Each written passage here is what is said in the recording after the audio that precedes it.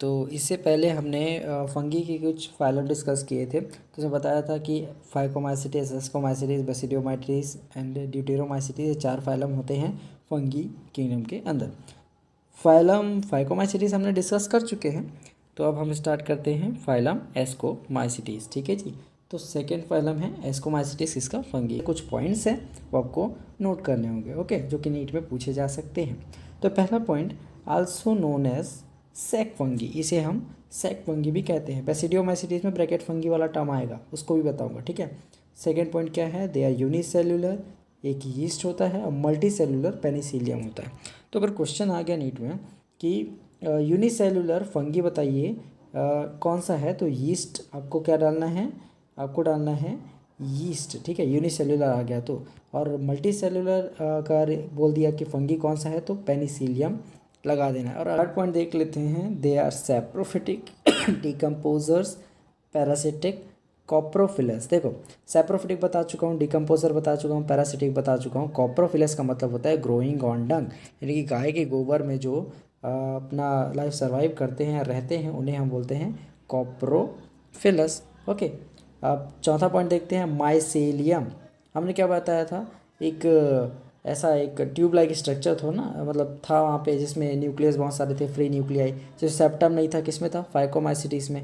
अब यहाँ पे ब्रांच्ड माइसेलियम होता है जिसमें सेप्टम पाया जाता है, तो उसे हम नॉन सिनोसिटिक यानी कि न्यूक्लियाई नॉट फ्री। तो दिख रहा है ये छोटा सा स्ट्रक्चर, ये वाला, ये माइसेलियम है। इसमें जो सेप्टम दिख रहे हैं ना, ऐसे ऐसे ऐसे बने हुए, ठीक है, और इसके बीच में ऐसे छोटे छोटे, ये क्या है, न्यूक्लियस है।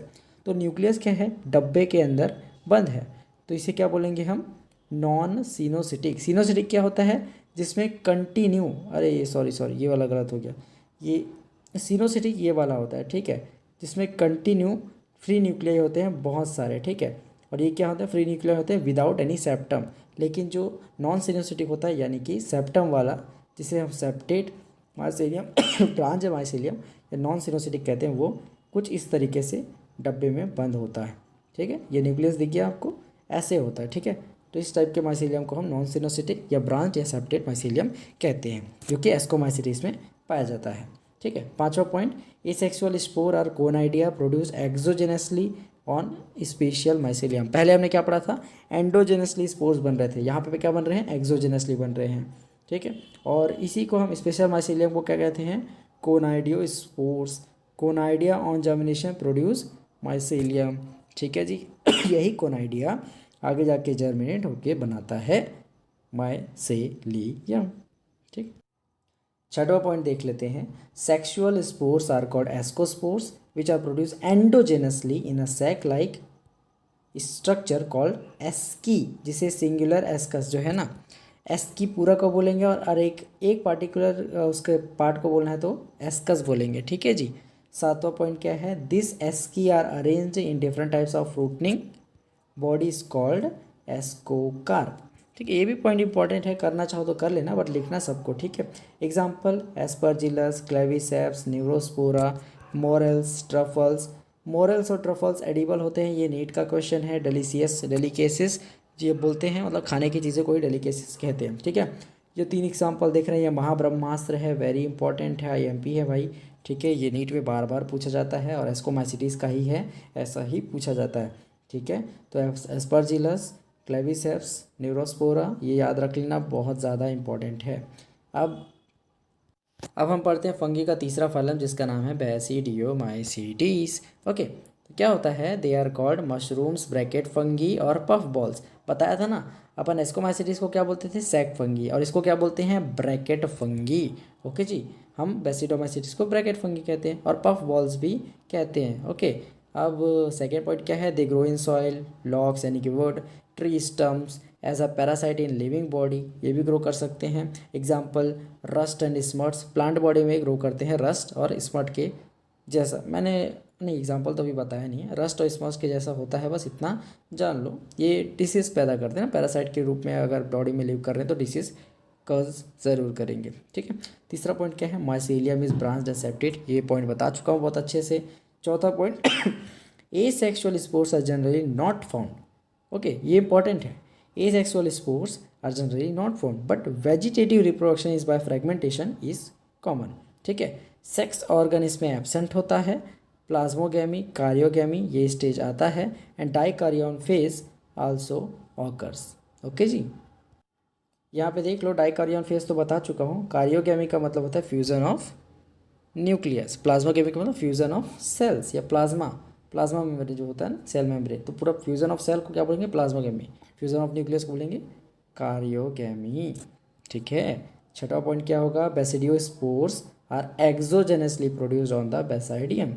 कुछ कुछ पॉइंट्स हैं इंपॉर्टेंट है तो याद करना बहुत ज़रूरी होता है। इस चैप्टर का जो फाइलम है सबसे इंपॉर्टेंट इसका एग्जांपल्स होता है, जैसे Agaricus mushroom, Ustilago smut, Puccinia rust fungus. देखो भाई सबसे इम्पॉर्टेंट अगर आपको कुछ पूछा जाएगा तो ये पक्सीनिया है और अस्टाइलेगो स्मट ऑफ वीट।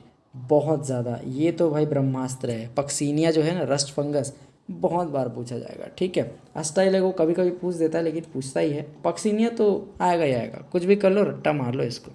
बढ़ते हैं चौथे फाइलम की ओर जिसका नाम है ड्यूटेरोमाइसीटीज। बहुत ही प्यारा फाइलम, छोटा सा है, जल्दी खत्म हो जाता है, ठीक है। तो पहला point commonly known as imperfect fungi या फंगी इम्परफेक्टी इसका नाम होता है। Second point reproduce only by sexual means और वेजिटेटिवली, क्योंकि इसमें सेक्स ऑर्गन्स नहीं होंगे, ठीक है। They reproduce only by sexual asexual spores known as conidia, ठीक है। अब मैंने इसके पहले जो पॉइंट बताया reproduce only by asexual means और वेजिटेटिवली, तो यही पॉइंट याद रखना और ज़्यादा याद रखने की ज़रूरत नहीं है। They reproduce only by asexual spores known as conidia, ठीक है जी, क्योंकि एसेक्सुअल मेथड से ये क्या कर रहे हैं, रिप्रोड्यूस कर रहे हैं। सम मेंबर्स आर सैप्रोफाइट्स, ठीक है, और पैरासाइट। सैप्रोफाइट यानी कि डेड और डिके पे जीवित रहने वाला, पैरासाइट यानी कि दूसरे के बॉडी पे रहने वाला, उस पर निर्भर करने वाला, ठीक है। Well large number of the them are decomposers of litter, large number of them are decomposers of litter. अच्छा डबल डबल लिख दिया क्या, कोई नहीं कोई नहीं कोई नहीं, इसको काट लेना, ठीक है। Large of them are decomposers of litter, इतना बस लिखना, ठीक है। ये वाला पॉइंट डबल हो गया। तो एग्जाम्पल देख लो, एग्जाम्पल में अल्टरनेरिया, कोलेडोट्राइकम, ट्राइकोडर्मा, यही तीनों एग्जाम्पल एनसीईआरटी में भी है, तो ज़्यादा पढ़ने की ज़रूरत। अब देखो आगे 3 किंगडम और है, मतलब 2 किंगडम और है। अपन ने 3 किंगडम कौन कौन सा पढ़ा, पहला हमने पढ़ा कौन सा, अपने पढ़ा मोनेरा, मोनेरा किंगडम पढ़ा, देन प्रोटिस्टा किंगडम पढ़ा, देन हमने फंगी किंगडम पढ़ा, ठीक है। और 2 कौन से और बचे हैं, प्लांटी किंगडम और एनिमेलिया किंगडम, ठीक है। तो ये जो प्लांटी और एनिमेलिया किंगडम है इन पे 2 चैप्टर ही बने हुए हैं, एक प्लांट किंगडम और दूसरा एनिमल किंगडम, ठीक है। तो उनको हम बारीकी से पढ़ेंगे। तो यहाँ पे से पॉइंट लिख के रख दिया है, plant kingdom animal kingdom discuss further, ठीक है। अब सीधा क्वेश्चंस देख लेते हैं कि क्वेश्चंस कैसे कैसे आते हैं इन पॉइंट से जो मैंने आपको पढ़ा है। तो पहला question, which of the following is not a prokaryote, not a prokaryote यानी कि प्रोकार्योट कौन कौन सा था भाई, हमको याद है प्रोकार्योट में सिर्फ 2 ही लोग आते थे, एक था अपना मोनेरा और दूसरा था प्रोटिस्टा।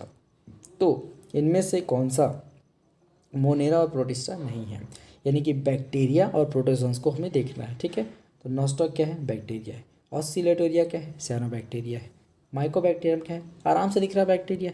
लेकिन सैक्रोमाइसिस जो है ये तो फंगी है, यीस्ट है ना, यीस्ट सैक्रोमाइसिस आपने नाम सुना होगा, ठीक है। तो ये क्या है, यीस्ट है, और यीस्ट क्या है, फंगी है। और फंगी क्या होता है, यूकार्योटिक होता है। एक बार पहला वाला स्लाइड देख लेना, उसमें आपको पता चल जाएगा। तो आपका एग्जाम आंसर क्या होगा, सैक्रोमाइसिस।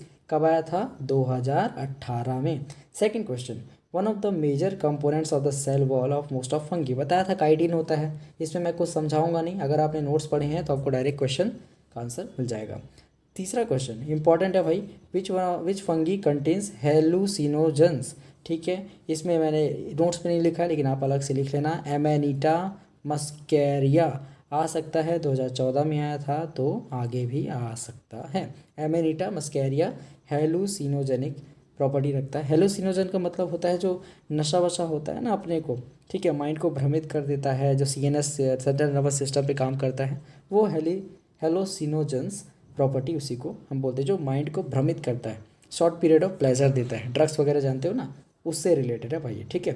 अब एक और क्वेश्चन है, the black rust of wheat is a fungal disease caused by, ठीक है। तो मैं बताया था व्हीट जहाँ टर्म आया वहाँ पे पक्सीनिया रस्ट ही आएगा। पक्सीनिया क्या करता है, डिसीज करता है किसी भी व्हीट प्लांट में।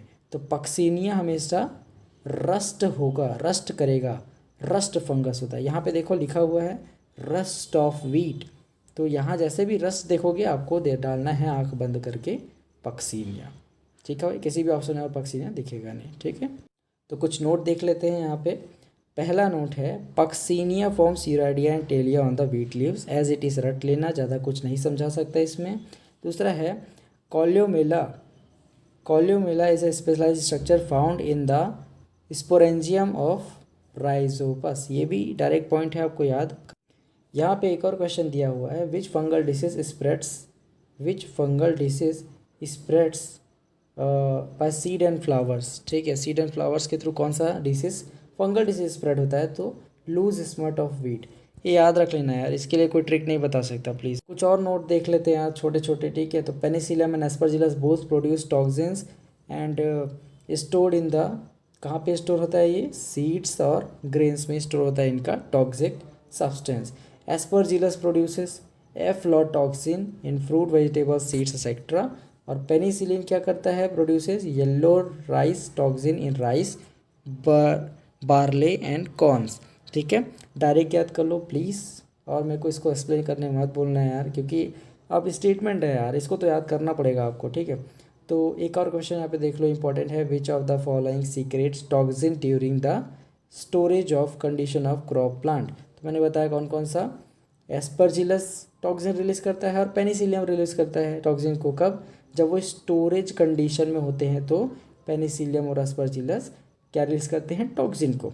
ठीक है, कौन सा टॉक्सिन रिलीज करते हैं, एस्परजिलस रिलीज करता है एफ्लोटॉक्सिन, ठीक, पेनिसिलियम रिलीज करता है येलो राइस टॉक्सिन।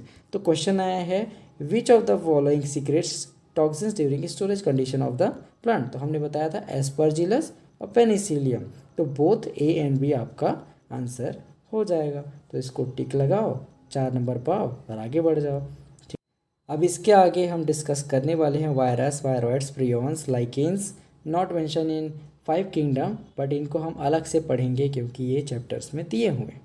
ठीक है जी, डट के मेहनत करो, कहीं भी किसी भी सिचुएशन में हो, जीत आपकी ज़रूर होगी। ठीक है जी, मिलते हैं अनदर वीडियो, तब तक के लिए जय हिंद, जय भारत।